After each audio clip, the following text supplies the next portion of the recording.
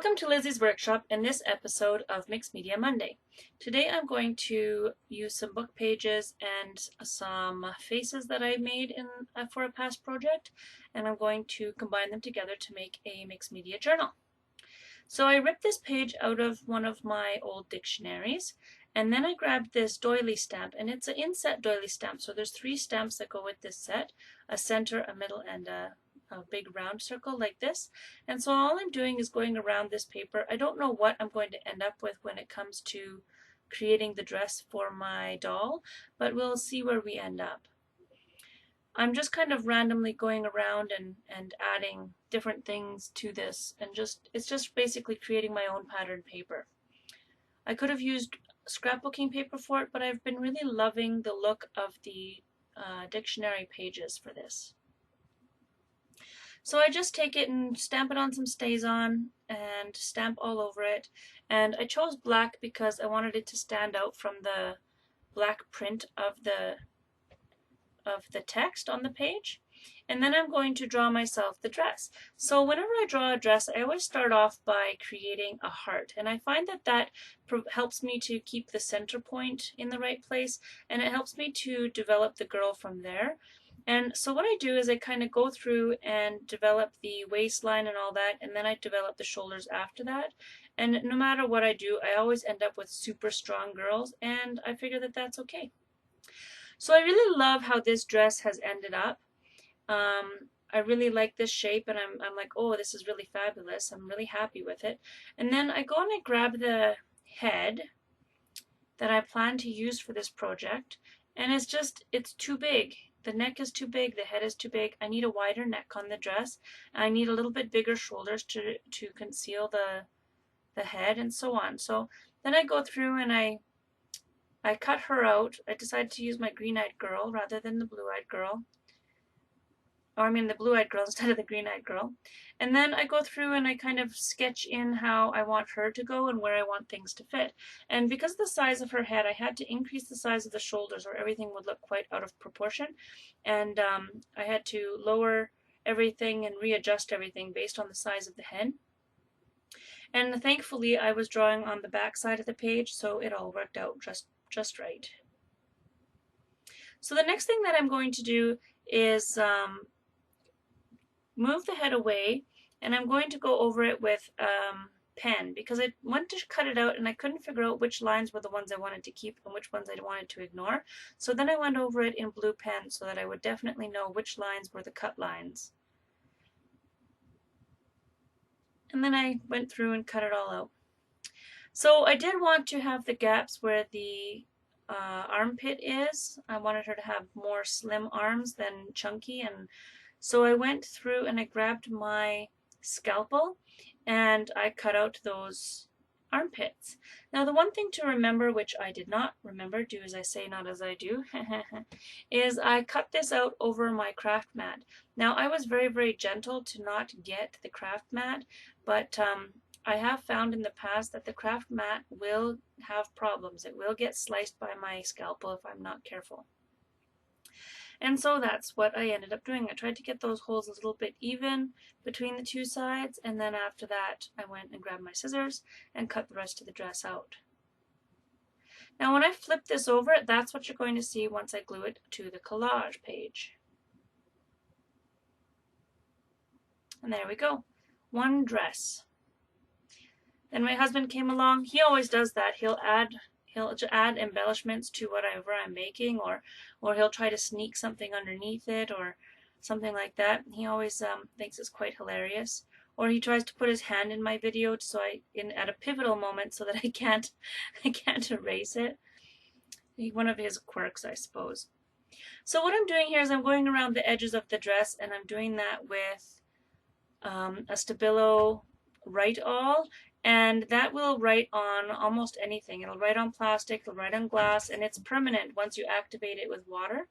And so I'm going around all the lines of the dress because I want those lines to be darker than what they currently are. And in order to activate it, I'm just going to grab my water brush and I'm going to go over all those lines. Now, I do want the lines to be defined at this point, and then after that I will think about shading.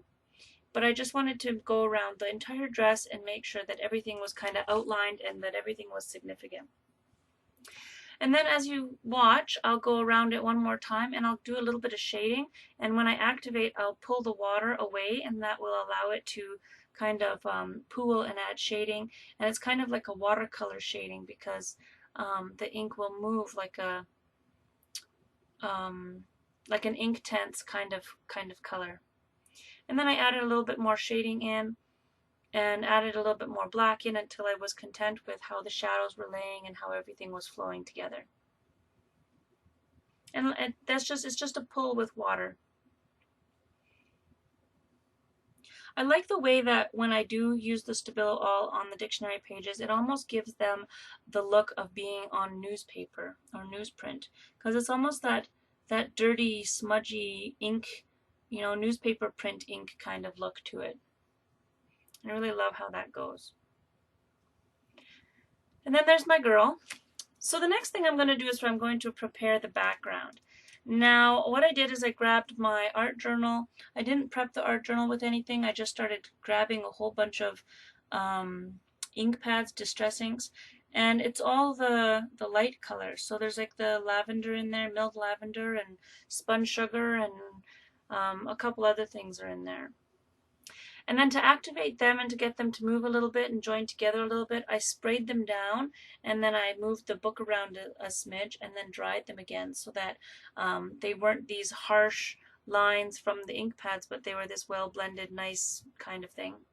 And then I took the exact same colors of the distress inks in the distress paints, and I just daubered them all over the place.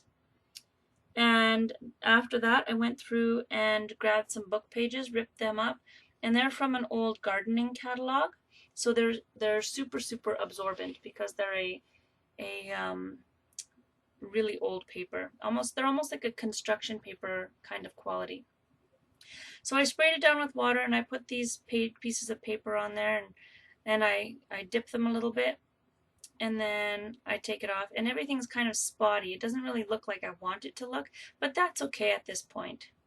I take all 4 of those pieces off screen.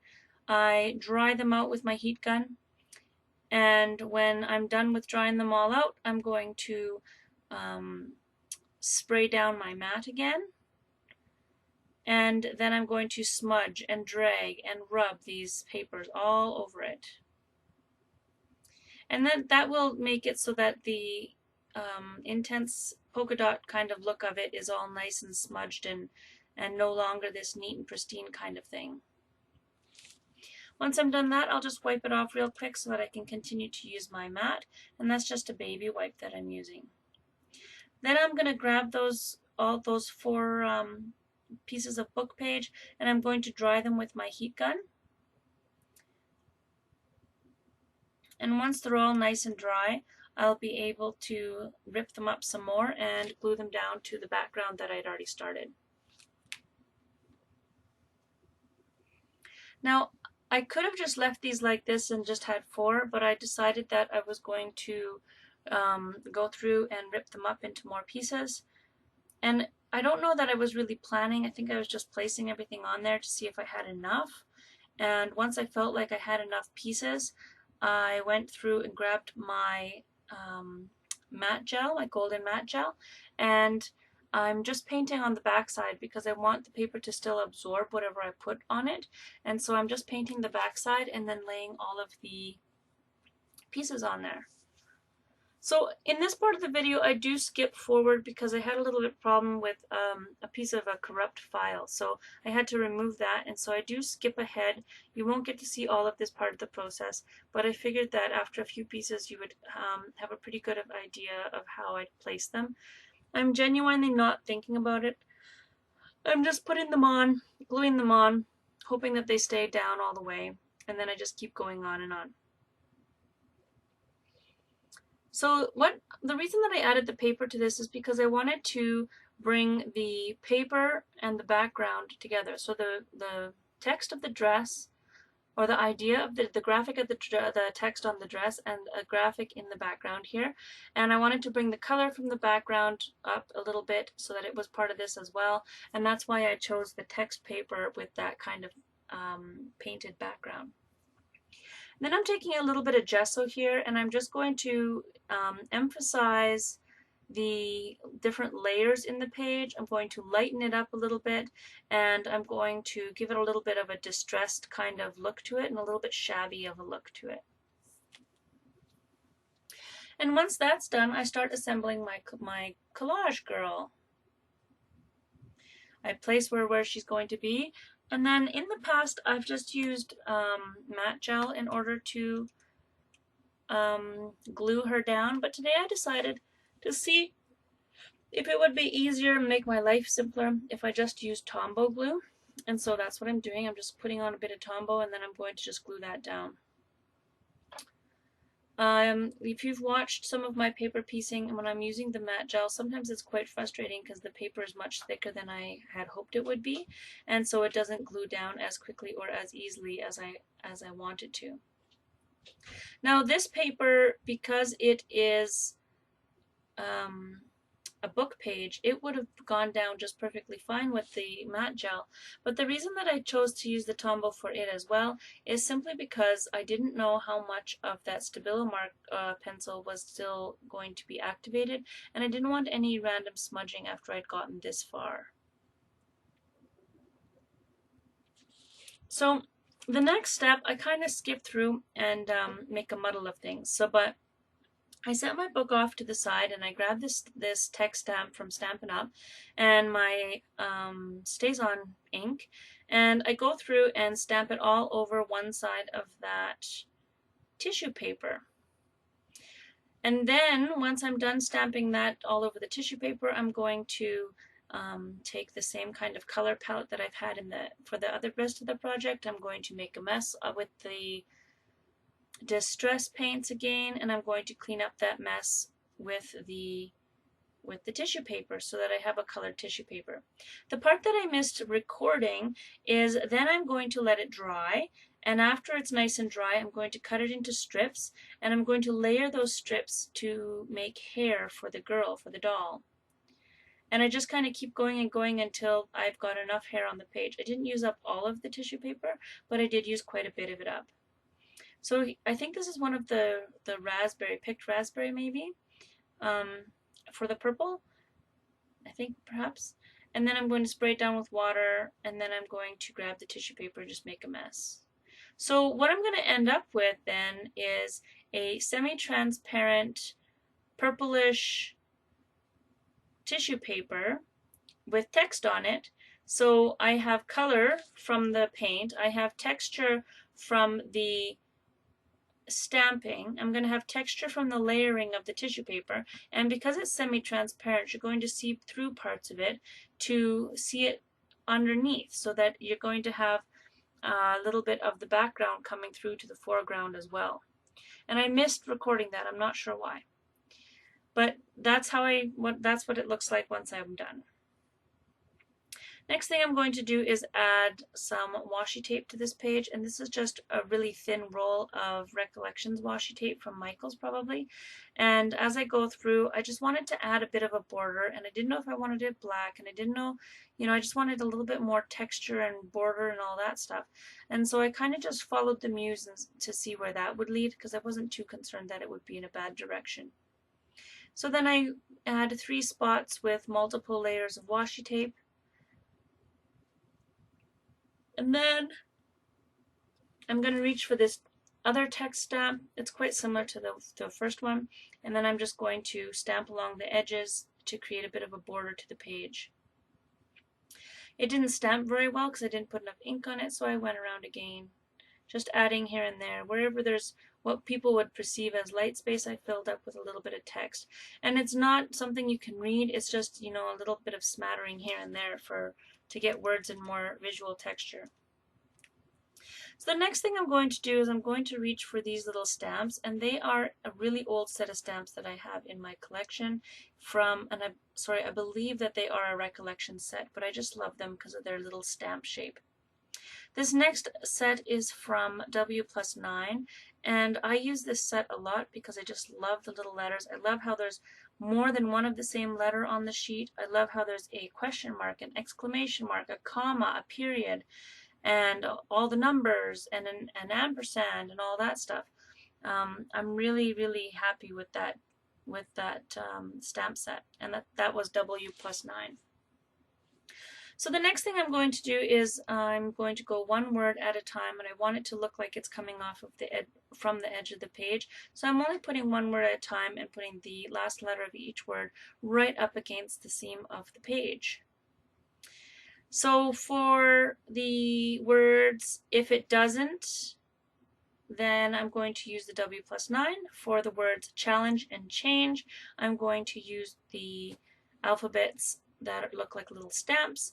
And for the rest of the words, I'm going to use the W+9 letters as well.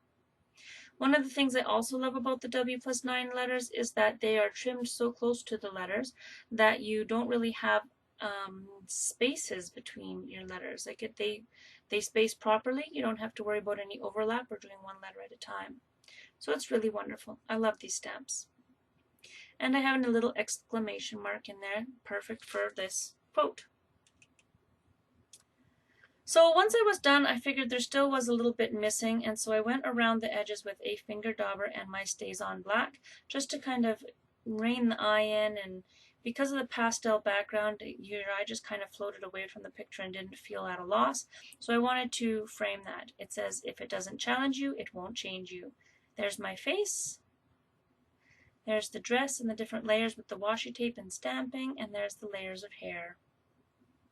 Thank you for watching this episode of Mixed Media Monday with Lizzie's Workshop.